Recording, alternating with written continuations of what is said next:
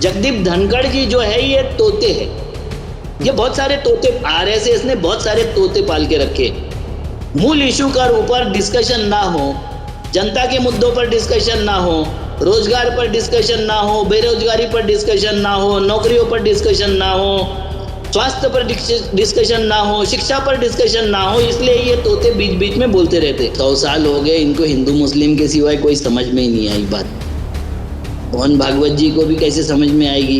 इनको पता है कि काम तो कुछ किए नहीं हमने, हमारी सरकार ने भी कोई काम नहीं किया। अब इनको हिंदू मुस्लिम अगर कट्टरता नहीं बढ़ानी होती, नहीं बढ़ाएंगे तो इनको वोट कौन देगा? इनको उल्लू किसको बनाएंगे? डबल इंजन की जहाँ भी सरकार होगी वहाँ बेरोजगारी का दर ज़्यादा होगा, वहाँ तबाही का दर ज़्यादा होगा, वहाँ जंगल जमीन कट रहे होंगे। ये जो देशभक्ति अभी समझाते ना, ये जो हमारे नारंगी है देशभक्ति समझाते, ये उस वक्त अंग्रेजों के जूते चाट रहे थे, अंग्रेजों के साथ थे। ये अभी देशभक्ति समझाते हैं, उस वक्त ये तो ना तो कभी भारत माता की जय बोले ना वंदे मातरम बोले। कोई एक आदमी दिखा दे कि इन्होंने वंदे मातरम 47 के पहले बोला होगा। अगर मोदी और शाह के ऊपर सही इंक्वायरी हो जाती गुजरात की, तो ये क्या दोनों प्राइम मिनिस्टर और होम मिनिस्टर बनते? नहीं बनते ना।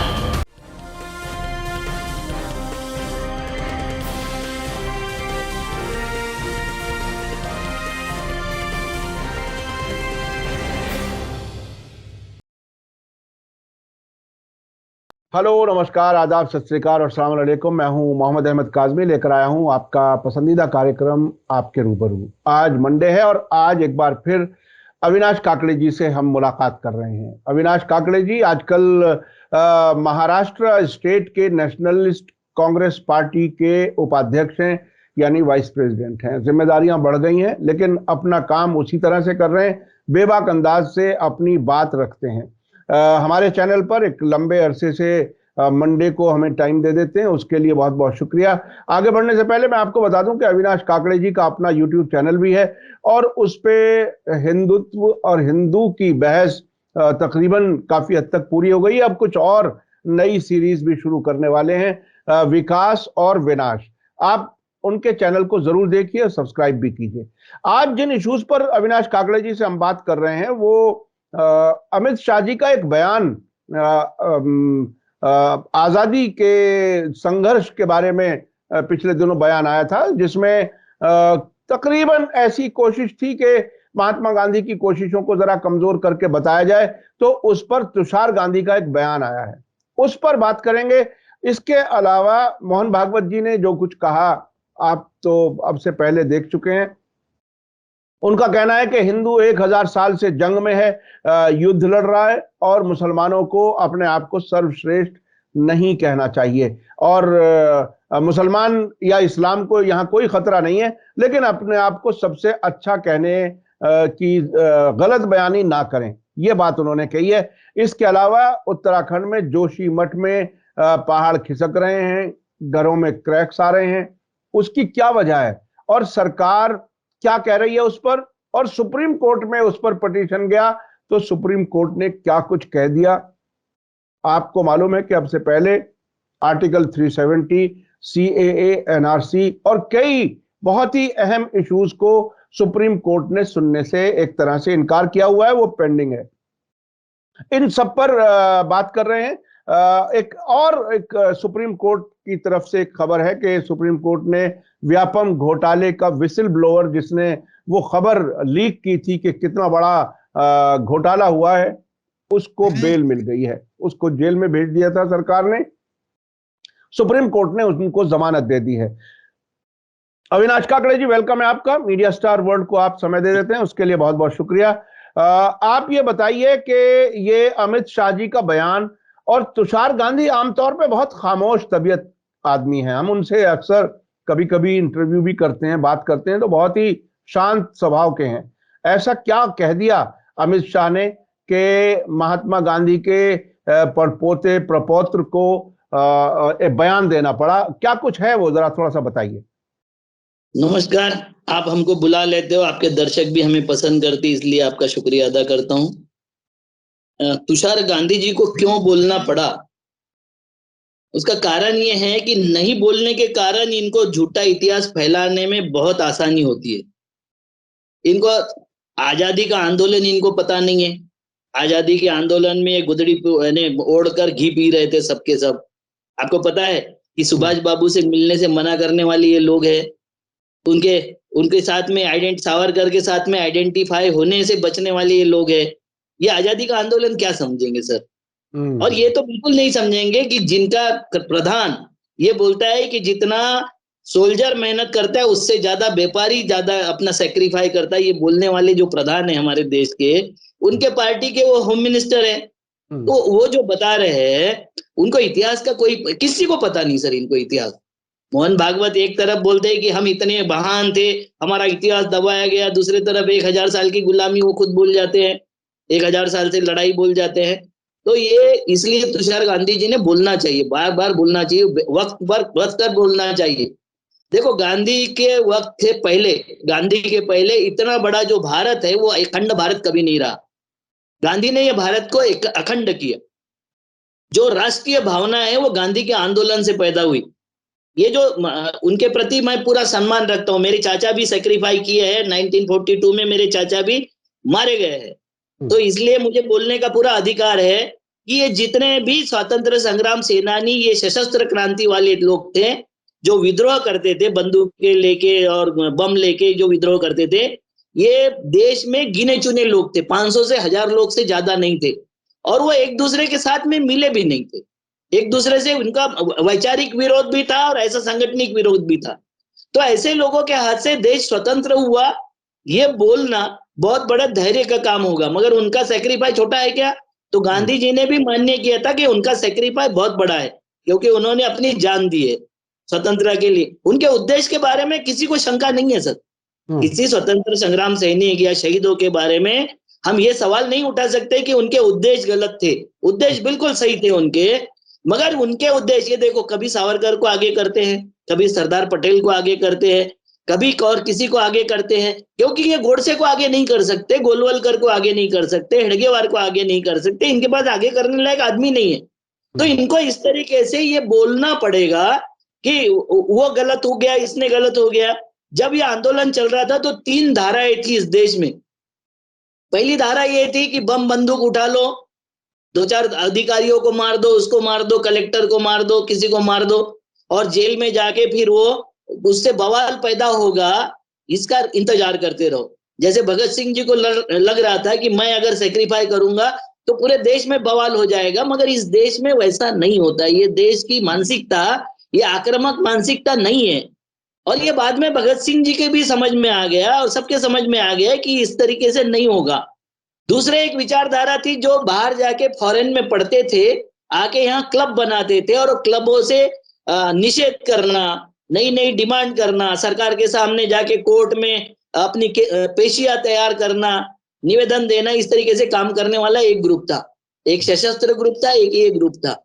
दोनों ग्रुप में जाने के लिए हिंदुस्तानी मानसिकता तैयार नहीं थी और आर्थिकता भी तैयार नहीं थी, क्योंकि हर एक का बच्चा यूरोप अमेरिका में जाके पढ़ के और उस क्लब का मेंबर नहीं हो सकता था, इलीट क्लास का। दूसरा, ये बंदूक उठाना और बम उठाना, और ये भी हमारी मानसिकता में नहीं था। गांधी ने एकदम सिंपल रास्ता दिया सत्याग्रह का, उनको रास्ता दिया नाफरमानी का। और नाफरमानी करते हुए क्या करना है? देशभक्ति समझाना है, करना है तो मतलब क्या करना है? चौराहे पे जाके गांधी बाबा की जय बोलना है, वंदे मातरम बोलना है, भारत माता की जय बोलना है। और पुलिस अगर मारती है तो मार खाना है, बाद में घर आके अपना इलाज कराना है और दूसरे दिन जाके वही काम करना है। तो लोगों को लगा कि ये मार्ग हमारे लिए अच्छा है देशभक्ति दिखाने का।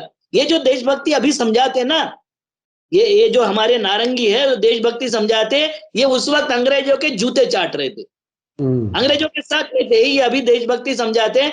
उस वक्त ये तो ना तो कभी भारत माता की जय बोले, ना वंदे मातरम बोले। कोई एक आदमी दिखा दे कि इन्होंने वंदे मातरम 47 के पहले बोला होगा।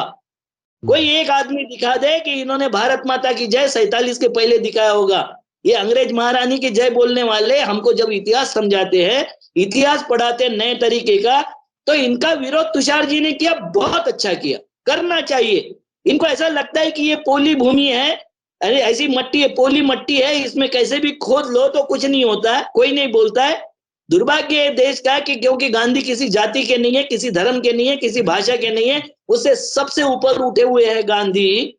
तो इसलिए उसके लिए उनके लिए कोई जाति खड़ी नहीं होती, उनके लिए कोई धर्म खड़ा नहीं होता, मगर ये देश खड़ा हो सकता है गांधी के साथ में। आज भी गांधी के नाम से ही पद यात्रा राहुल गांधी कर रहे हैं, तो देश उनके साथ में जुड़ रहा है, राजनीतिक पार्टियां उनके साथ में जुड़ रही है। गांधी का करिश्मा है, और ये करिश्मे से जब डर जाते हैं अमित शाह जैसे लोग, मोदी जैसे लोग, तो ये गांधी पर अटैक करना शुरू कर देते हैं, गांधी की विचारधारा पर अटैक करना शुरू कर देते हैं। ये इनके लिए क्या है कि ये मामला ही वैसा है, एक तरफ गांधी को प्रातस्मरणीय बोलेंगे, दूसरे तरफ दिन भर उनके विरोध में पोस्ट चलाते रहेंगे, अपप्रचार करते रहेंगे कि गांधी कैसे थे, गांधी ने क्या गलतियां किया, ये सब बताने का ये धंधा है सर इनका। विस्पर कैंपेन का इनका धंधा है, गांधी की बदनामी करना, नेहरू की बदनामी करना, इस देश के स्वतंत्र सेनानियों की बदनामी करना, ये धंधा है इनका। अच्छा, ये जो धंधा है, अब देखिए, आजादी में कोई कंट्रीब्यूशन नहीं, और अब उस हिस्ट्री को, इतिहास को तोड़ मरोड़ करके पेश करना है। जिन लोगों ने मुल्क को आजाद कराया उनके खिलाफ माहौल बनाना है। तो क्या वापस गुलामी की तरफ ले जाना इनकी मंशा है, या सिर्फ देश को एक तरह से लूट करके अलग अलग तरीकों से, जिस तरह से दो लोगों को या उन जैसे लोगों को का पेट भरा जा रहा है, जबरदस्ती पूरा देश उनके हाथ में दिया जा रहा है? आपको क्या लगता है, तैयारी क्या है? सर तैयारी है इनको राज करने की, इनके लिए सत्ता और संपत्ति, राज करने का अधिकार, यही चाहिए इनको। धर्म भी इनके लिए धंधा है, धर्म भी इनके लिए कोई, इनको धर्म समझा पूछो तो इनको, कितने लोगों को धर्म के स्तोत्र अगर पढ़ने लगाओ, मंत्र और तंत्र पढ़ने लगाओ, तो कितने लोग पढ़ सकते हैं ये देख लो। आपको बताओगा कि हनुमान चालीसा कितने लोगों ने इनके पढ़े? पढ़ा नहीं आता है सर, इनको याद भी नहीं आता। मैं दावे से बोलता हूं कि इनके 302 जो सांसद है ना, इनको गायत्री मंत्र अगर और शांति पाठ और अपराध शस्त्राणी वाले जो है ना, वो हमारे स्तोत्र श्लोक होते हैं, ये बोलने के लिए बोलो, कितने जन बोलते हैं? नहीं बोलते। इनके लिए धर्म खाली वोटों का है गिनती, वोटों की गिनती और नोटों की गिनती का मतलब होता है इनके लिए धर्म। ये मंदिर में भी बैठेंगे तो आपके जेब की तरफ ध्यान रखेंगे, भगवान की तरफ ध्यान नहीं है इनका। आपने देखा होगा कि हर वक्त, अभी तो गडकरी जी को मारने की, जान से मारने की धमकी आई तो सिक्योरिटी बढ़ा दिया, कभी भागवत को आते, अरे भैया तुम भगवान के लोग हो, भगवान पे विश्वास रखो यार। भगवान पे अगर विश्वास है और भगवान तुम बोलते हो कि सारी दुनिया चलाता है, तो तुमको ये पुलिस की सिक्योरिटी, नकली सिक्योरिटी लेने की क्या जरूरत है? भगवान की सिक्योरिटी पे भरोसा रखो, और तुम्हारे 72 घंटे में तैयार होने वाले जो तो खाकी हाफ पैंट वाले हैं, उनकी सिक्योरिटी रखो। ये कहाँ मैंने इसमें पड़े हैं जंजाल में? वो तो नुपुर शर्मा को भी हथियार का लाइसेंस दिया गया है बाकायदा। वो डर तो बढ़ रहा है, डर इससे लगता है कि डर बढ़ रहा है। अच्छा, ये डर बना रहना चाहिए। हाँ, तो ये डर बढ़ रहा है। तो ये अच्छा, जगदीप धनखड़ जो वाइस प्रेसिडेंट साहब हैं, वो किस किस किस्म की बात कर रहे हैं? ये जो बिल्कुल नई बात उन्होंने की जयपुर में, सुप्रीम कोर्ट के फैसले को ही गलत बताया और ये कहा कि जो कॉन्स्टिट्यूशन का बुनियादी ढांचा है उसे बदलने के लिए पार्लियामेंट काफी है, और पार्लियामेंट के जो मेंबर्स होते हैं उनकी नजर में बहुत ही पढ़े लिखे और तजर्बेकार होते हैं, और वो ऐसा करें तो कोई गलत नहीं है। तो आपको क्या लगता है कि कॉन्स्टिट्यूशन को बदलने की तैयारी का वाइस प्रेसिडेंट के जरिए ये एक तरह से पानी में पत्थर डाल करके देखा जा रहा है कि रिजल्ट क्या आएगा? अगर ये कॉन्स्टिट्यूशन बदलने का काम करेंगे तो आज उनकी सुरक्षा के लिए कॉन्स्टिट्यूशन खड़ा है। अगर कॉन्स्टिट्यूशन बदलने का प्रयास करेंगे तो फिर उनके भी हाथ में लठ है और हमारे भी हाथ में लठ है। 1 to 1 फाइट हो जाएगी, इसलिए ये हिम्मत नहीं करेंगे। ये कॉन्स्टिट्यूशन के जो बैकडोर है, जो उसमें बारीक बारीक जो जालियां है, उसमें घुस के कुछ निकालने का प्रयास करेंगे। ये कर रहे, पूरी तरीके से ये प्रयास कर रहे हैं। मगर जगदीप धनखड़ जी जो है ये तोते हैं, ये बहुत सारे तोते, आरएसएस ने बहुत सारे तोते पाल के रखे।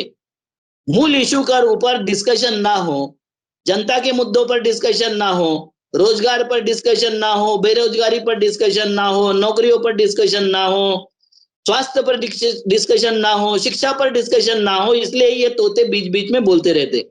अब इनको सुप्रीम कोर्ट पे अपना हक चाहिए, जज अपने नियुक्त करना है। आपने देखा आईएएस आईपीएस तो इन्होंने डायरेक्ट नियुक्त करना शुरू कर दिया है। सारे इसमें बैकलॉग भर रहे, डायरेक्ट आईएएस यूपीएससी का कोई काम नहीं रहेगा अब कुछ दिन में। तो इनको जुडिशियरी में अपना काम चाहिए, इसलिए जगदीप धनखड़ जी जैसे, अब वो खुद एडवोकेट थे, बोले मुझे नहीं समझ में आता ये कैसे एडवोकेट रहे थे। 13 जज का जो बेंच था उसका जजमेंट है वो केशवानंद भारतीय, वो बोलते हैं वो जजमेंट ही गैर कानूनी है। मतलब सुप्रीम कोर्ट के जज अगर गैर कानूनी जजमेंट दे रहे हैं, और ये अभी तक किसी सरकार को समझ में नहीं आया, किसी ने उसमें रिव्यू पिटिशन नहीं किया, और उपराष्ट्रपति पर बैठे हुए इतने विद्वान आदमी इस तरीके से बात करते हैं, तो कैसे कैसे विद्वान इन्होंने पाल रखे आप देखने। पिछले वक्त मैंने बताया था कि कोई बोल रहा है कि इतना हमारा ये हो जाएगा 5 ट्रिलियन की इकोनॉमी, 10 ट्रिलियन की, 15 ट्रिलियन की, 56 ट्रिलियन की, ये सब जो है जुमले, ये जुमलेबाज लोग हैं वहां बैठे हुए हैं। दुर्भाग्य है कि देश की जनता जितने जल्दी समझना चाहिए उतनी जल्दी समझ नहीं रही है। ये विकास के नाम से समृद्धि महामार्ग बता के 55,000 करोड़ रुपए महाराष्ट्र का फूंक देते हैं। 35,000 करोड़ जो उन्होंने लोन लिया अनप्लैंड वे में खर्चा कर दिया। ये पैसा कौन, यानी उसका रिपेमेंट कौन करेगा? महाराष्ट्र के ऊपर इतना कर्जा हो गया सर, 4 लाख करोड़ से ज्यादा का कर्जा हो गया, ये रिपेमेंट कौन करेगा?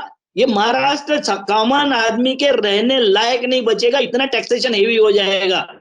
आपने देखा होगा कितना टैक्सेशन हेवी है। आज के तारीख में 37 रुपए, मैं आपको बताता हूं कि पेट्रोल के दाम, अभी क्रूड ऑयल के दाम जो हो गए हैं वो हो गए 39 रुपीज। पेट्रोल के दाम गिरना चाहिए था इस वक्त। ये कहते हैं ना कि पेट्रोल के दाम हम तय नहीं करते, कंपनियों को फ्री हैंड दे दिया है, तो इस वक्त पेट्रोल के दाम गिरना चाहिए था। 50-60 रुपए से ज्यादा पेट्रोल डीजल नहीं होना चाहिए था। आज भी वही कीमत है। लाखों करोड़ रुपए का मुनाफा सरकारी कंपनियां भी कमा रही है, सरकार भी कमा रही है, टैक्सेशन करके सब कमा रहे हैं। तो फिर चुनाव आता है जब ये खाली इलेक्शन में जिस तरीके से रेट कंट्रोल करते ये सारे तरीके से, तो मुझे ये लगता है कि अभी कोई इलेक्शन है नहीं फिलहाल, तो पेट्रोलियम कंपनियां भी हमारा चुनाव लड़ती है। जो पेट्रोलियम कंपनियां भी अलग नहीं है, ये सारे महकमों को एक जगह लाके चुनाव लड़ने का काम। आपको पता है, मैंने अभी बोला आपको कि व्यापम घोटाले का विसल ब्लोअर को भी अरेस्ट कर लेते, इसमें 50 लोग मारे जाते हैं, इसमें सीएम इन्वॉल्व है। उल्टा सीधा करके सत्ता फिर से आ गई, जिसकी इंक्वायरी रुक गई। और ये कांग्रेस वाले भी ऐसे हैं कि जिनके जब पाप सामने आ जाते तो इंक्वायरी नहीं करते ये लोग। ये किस बात से डरते मुझे नहीं पता। ये कांग्रेस के सब लोग बोलते हैं हम रिवेंज पॉलिटिक्स नहीं करते। अरे सच्चाई की तो पॉलिटिक्स करो, जो घोटाले उन्होंने किए उसकी तो इंक्वायरी करो। अगर मोदी और शाह के ऊपर सही इंक्वायरी हो जाती गुजरात की, तो ये क्या दोनों प्राइम मिनिस्टर और होम मिनिस्टर बनते? नहीं बनते ना। ये देश में जिस तरीके से विरोधी पार्टियों ने एडमिनिस्ट्रेशन चलाना चाहिए, विरोधी पार्टियों ने जिस तरीके से उनकी नकेल कसनी चाहिए थी, वो नकेल नहीं कसा है। ये दुर्भाग्य है देश का। लोग अपेक्षा करते, लोग विरोध करते, ये क्यों नहीं करते? ये जब सत्ता में आते हो उनके घोटालों पर बात नहीं करते, उनके फ्रॉड पर, उनके नरसंहारों पर बात नहीं करते, उसके ऊपर कुछ काम नहीं करते। क्यों नहीं करते? इन्हीं के लोग उनको बचाने के लिए चले जाते, क्यों चले जाते हैं? तो इसके बारे में जनता को सोचना पड़ेगा। ऐसे लोगों को वहां आपको पार्लियामेंट में भेजना पड़ेगा कि जो लोग इस तरीके से बात करेंगे, इस तरीके से उनके ऊपर प्रेशर बनाएंगे। ये 10-20 लोग भी अगर वहां पहुंच जाए इस तरीके से सांसद, तो इनकी नकेल ठीक कर देंगे। दूसरा, अच्छा, एक बात बताइए, अविनाश जी, बोलता है जोशी मठ का हमारा कोई मतलब नहीं, हम क्या कर सकते हैं? मैं जोशी मठ में बाद में आऊंगा। अविनाश जी, एक बात बताइए कि एक तरफ को तो जो सरकार में लोग बैठे हैं वो मुसलसल हर तरफ से एक तरह से खून खींच रहे हैं लोगों का। विपक्षी पार्टियां उनको कंट्रोल करने के लिए उनकी जांच नहीं बिठाती जब वो सरकार में आती हैं, और जब ये हार जाते हैं बीजेपी वाले, तो दूसरों के विधायक और एमपी खरीद करके अपनी सरकार बना लेते हैं। तो फिर कैसा लोकतंत्र कहां है फिर? क्या यानी कौन क्या मतलब? बहुत ही सादी बात यह है कि जब विपक्ष के लोग अलर्ट हों तभी तो जो बैलेंस बनता है, जो इक्विलिब्रियम बनता है, तभी तो बनता है। अगर विपक्ष के लोग ठंडे बैठे हुए देखते रहें सारा कुछ होते हुए, तो फिर कहां है प्रजातंत्र? मैं यही बोल रहा हूँ कि सारी पार्टियां, बीजेपी छोड़ के सारी पार्टियां कोई बौद्धिक चर्चा नहीं चलाती, कोई बौद्धिक डिस्कोर्स नहीं देती है, धर्म पर नहीं बात करेगी, सामाजिक विकास पर बात नहीं करेगी, अर्थशास्त्र पर बात नहीं करेगी, किसी पर बात नहीं करेगी। और ये जहरीले टट्टू जो है ये हर चीज पर जहर फैलाते रहेंगे। तो इनको विरोध करने के लिए जो कॉमन आदमी कर रहा है उतना भी विरोध ये जो ऑर्गेनाइज पार्टी है वो करती नहीं है, क्योंकि हर एक को ईडी का डर है, हर एक का कुछ ना कुछ करप्शन का डर है। जैसा बीजेपी में जाने के बाद क्लीन चिट मिल जाती है, आराम से सो सकते हैं, ऐसे कई मंत्री और सांसद बोल रहे हैं, उसी तरीके से ये विरोधी पार्टी है। जैसे हमारे महाराष्ट्र के होम मिनिस्टर थे अनिल देशमुख साहब, उनके ऊपर आरोप लगा दिया, जिसने आरोप लगाया वो बोला मेरे पास कोई प्रूफ नहीं है, मगर वो आदमी को 13 महीने 27 दिन जेल में रखा गया, मतलब लगभग 14 महीने जेल में रखा गया। उसके ऊपर 107 रेड हुई, 107 रेड होने के बाद जो उन्होंने बोला था 100 करोड़ का घोटाला, कुछ नहीं मिला, फिर बाद में 5 करोड़ का घोटाला हो गया। फिर उनके ऊपर जो आरोप लगा कि 1.7 करोड़ 1.7 करोड़ का घोटाला है, मतलब 1 करोड़ 70 लाख का घोटाला है। और वो उन्होंने प्रूव कर दिया कि ये पैसा मैंने इस साहूकार से लाया था, क्योंकि मुझे पेमेंट देना था, इसलिए वो पैसा मैंने लाया मेरे पास में। तब भी वो इतने दिन जेल में रहे, परमवीर सिंह आजाद रहे, क्योंकि ये हर चीज का उपयोग विरोधियों के विरोध में करते हैं। मैंने उस वक्त बोला था कि ये जो है हमारे यहाँ के फडणवीस, इनके ऊपर जो एक्सिस बैंक घोटाले का आरोप था, इनके ऊपर जो समृद्धि वाला आरोप था, इनके ऊपर जो पुलिस भर्ती घोटाले का आरोप था, इसमें अगर इंक्वायरी के लिए ईडी में हमने कंप्लेंट दे दिया था, इसके ऊपर अगर उठाने का भी काम करते, इनको इंक्वायरी भी कर लेते तो इनकी बुद्धि ठीक हो जाती। क्योंकि किसी का जिंदगी भर के लिए राज नहीं रहता, लोकतंत्र में तो 5 साल में सत्ता पलटती रहती है, मगर अगर जो सत्ता आती है वो अगर अपना काम नहीं करती है तो फिर उनको जेल जाना पड़ा। ये समझ में आना चाहिए विरोधी पार्टियों को कि तुम एक्शन लो ना लो, ये तुम्हारे ऊपर एक्शन जरूर लेंगे और तुमको जेल में बिठा के रखेंगे। तो ये अभी मोहन भागवत जी के बारे में क्या ख्याल है? आपके नागपुर में हैं वो, और उन्होंने अभी मुसलमानों के बारे में एक बहुत ही इंटरेस्टिंग बयान दिया अपने पंचजन अखबार को। उन्होंने कहा कि हिंदू 1000 साल से जंग की हालत में हैं, मुसलमानों को अपने आप को सर्वश्रेष्ठ नहीं बताना चाहिए। देखिए, कोई भी इंसान अगर कोई धर्म मानता है, वो किसी भी धर्म का हो, वो सबसे अच्छा वो धर्म मानता है तभी तो उस धर्म में होता है। जो हिंदू है, जो सनातनी है, वो अपने आप को सबसे अच्छा मानता है तभी तो सनातनी है। ये म्यूचुअल रिस्पेक्ट का, कोएग्जिस्टेंस का मामला होता है कि कोई किसी भी धर्म में हो, वो अपनी खुशी से रहे। ये क्या पाठ है? ये नई बात, क्या बात कह दी? देखो, 100 साल हो गए इनको हिंदू मुस्लिम के सिवाय कोई समझ में ही नहीं आई बात। मोहन भागवत जी को भी कैसे समझ में आएगी? इनको पता है कि काम तो कुछ किए नहीं हमने, हमारी सरकार ने भी कोई काम नहीं किया। अब इनको हिंदू मुस्लिम अगर कट्टरता नहीं बढ़ानी होती, नहीं बढ़ाएंगे तो इनको वोट कौन देगा? इनको उल्लू किसको बनाएंगे? ये जो बच्चों को उल्लू बनाते हैं हिंदुत्व बचाने के लिए, 2040 में ये हो जाएगा, 2035 में ऐसा हो जाएगा, इतने % मुसलमान हो जाएगी, ये हवा अगर नहीं बनाएंगे तो इनको वोट कैसे देंगे? ये हमारे मूर्खों को ये समझता नहीं है कि 1000 सालों की गुलामी में भी मुसलमान हमसे ज्यादा नहीं हुए, तो अभी ये अचानक बीजेपी सरकार आने के बाद ये अचानक कैसे बढ़ जाएंगे? इसके फैक्ट्स फिगर्स हम देखते नहीं है। तो ये वार्निंग दे रहे कि मुस्लिम हद में रहे, हिंदू आक्रामक हो सकता है, मुस्लिम सुपरमेसी का शिकार है, 1000 साल से हमारा अभी आक्रामकता और लड़ाई का दौर चालू है। ये वार्निंग मुसलमानों के लिए नहीं है, ये हमारे जैसे लोगों के लिए वार्निंग है कि सेकुलर लोग समझ ले, ये आपके लिए नहीं है, आपसे नहीं लड़ेंगे। इन्होंने जिन्ना को नहीं मारा था सर, इन्होंने गांधी को मारा था। ये हमारे जैसे लोगों के लिए वार्निंग है, आप उसको अन्यथा मत लीजिए। ओवैसी के लिए वार्निंग थोड़ी है वो। ओवैसी को तो और बताया जाएगा कि तुम बोलो हमारे तो बढ़ती है। और ये हमारे लोगों में जो मूर्ख लोग अपनी नौकरियां गवा चुके हैं, अपना पैसा गवा चुके हैं, आपको पिछले वक्त बताया था मैंने कि गोल्ड लोन 218% बढ़ा है। 100 करोड़ लोगों ने गिरवी रख के बैंकों में और विभिन्न संस्थानों में गोल्ड गिरवी रख के बैंक से पैसा लिया और परिवार चल रहे हैं, और उनके बच्चे ये हिंदुत्व बचाने के लिए भाग रहे इधर उधर। तो ये पूरा का पूरा इन्होंने डिस्टर्ब कर दिया है, माइंड डिस्टर्ब कर दिया है। ये कट्टरता शिकार है। हिंदू धर्म में 33 करोड़ भगवान हैं, हम किसी भगवान के प्रति कट्टर नहीं होते। और राम और वाला और, और कृष्ण को गाली दे नहीं सकता है, कृष्ण वाला शिव को गाली देता है, नहीं और दोनों इससे एक तो दूसरे को नहीं मानते। इससे तो बहुत सीधा नतीजा ये निकल रहा है कि हिंदुओं को ही धोखा दिया जा रहा है असल में।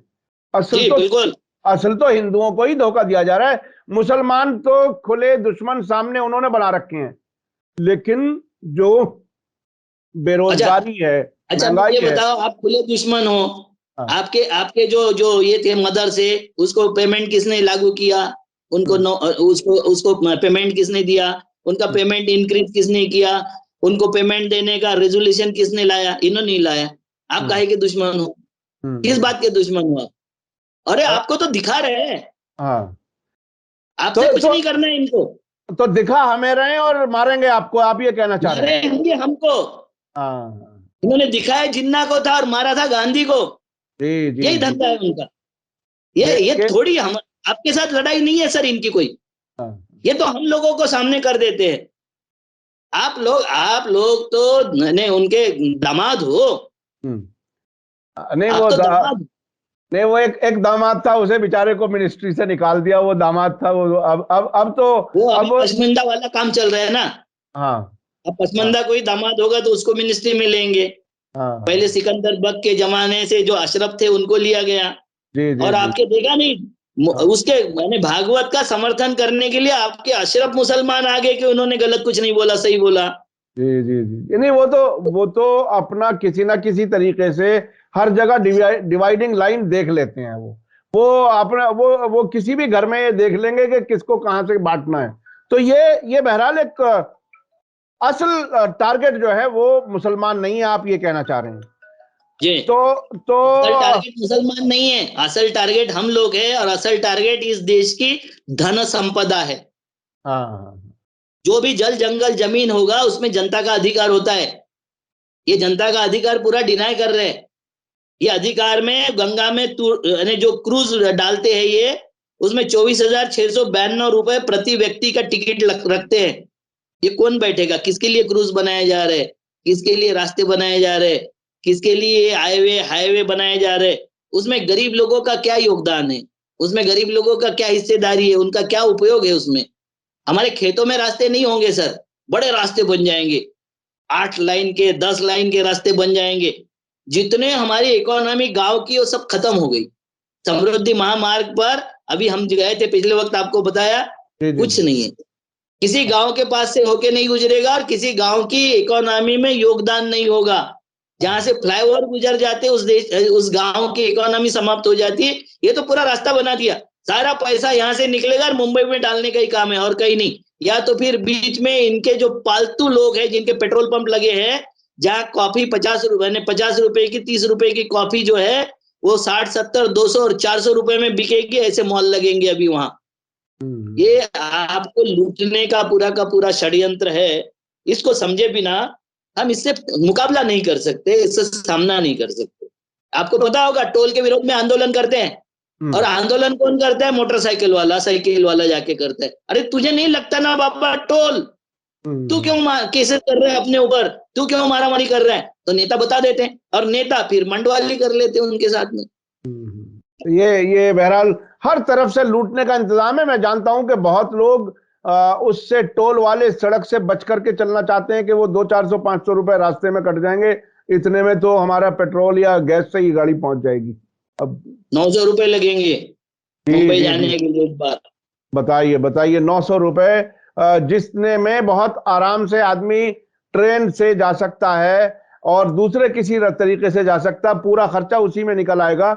लेकिन ये गाड़ी को गुजारने के लिए इतना पैसे लेंगे, ये बहुत ही गाड़ी बड़ा। को गुजारने के लिए नहीं, वो चंद लोगों के लिए ये सब बनाया जा रहा है। सारे इंफ्रास्ट्रक्चर हो, गंगा का क्रूज हो, या ये समृद्धि महामार्ग हो, उनके लिए बनाया जा रहा है। अब बाकी 81 करोड़ जनता के लिए तो 5 किलो अनाज है ही ना। जी जी जी, बिल्कुल 5 किलो अनाज पे जियो और जय जयकार करते रहो, वोट देते रहो, ये है कहानी। अच्छा, आखिर में कोई कंक्लूडिंग बात कहना चाहें तो वक्त हमारा खत्म होने जा रहा है। कोई खास बात अगर आखिर में आप कहना चाहें खास बात तो तो ये है कि हाँ, कैसे कैसे कैसे बरगलाया जाता है लोगों को।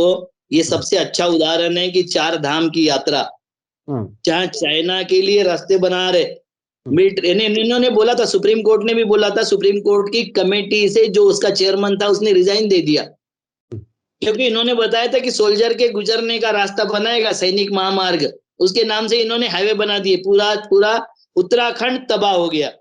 और उसमें ये जो तपोवन विष्णुगढ़ हाइड्रो प्रोजेक्ट है, उसमें जोशीमठ के नीचे से टनल डाल के 12-15 किलोमीटर का टनल डाला, जो बंद हो गया, तो उसमें ब्लास्ट करके मशीनरी निकालने का काम किया।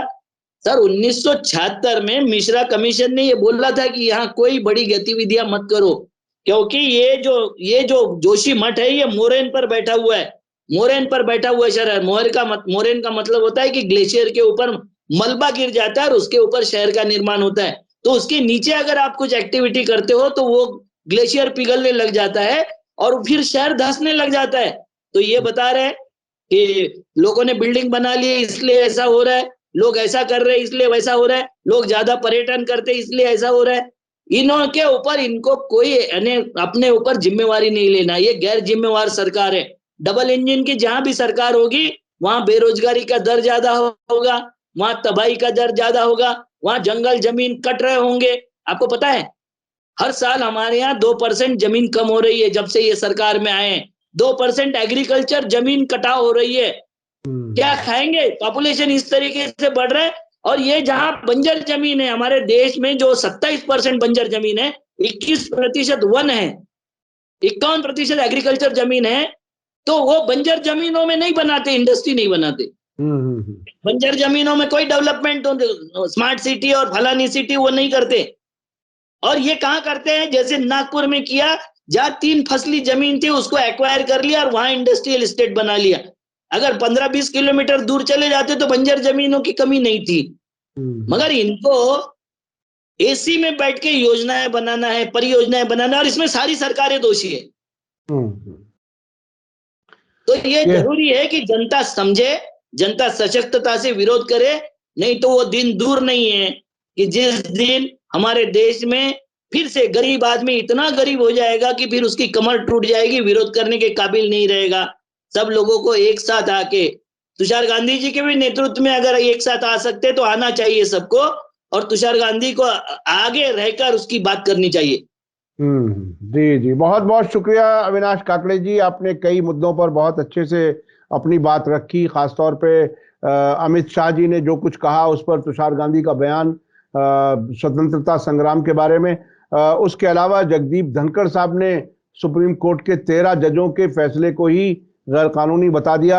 आखिर बीजेपी और आरएसएस का जो परियोजना, प्रोजेक्ट या नजरिया थोपने के लिए किस तेजी से काम करने की कोशिश की जा रही है, ये देखने की बात है। लेकिन बहरहाल जो लोग आज भी संविधान में यकीन रखते हैं, संविधान को चाहते हैं, देश को आगे बढ़ाना चाहते हैं, वो उन्हें इसको एक प्रमुखता दीजिए, इसको एक प्रमुखता दीजिए कि 70-80 रुपए जब क्रूड ऑयल हो गया था, जी, उस वक्त इन्होंने 100 रुपए से ऊपर डीजल पेट्रोल कर दिया था। आज की तारीख में 39 रुपए है। जी बताइए, तकरीबन 100 रुपए के आसपास जो है वो पेट्रोल बिक रहा है, जबकि 39 रुपए मार्केट में जो उनको मिल रहा है बेचने वालों को, वो इतना सस्ता है। और पब्लिक जो है वो त्राही त्राही कर रही है, लेकिन सरकार को इससे कोई लेना देना नहीं है।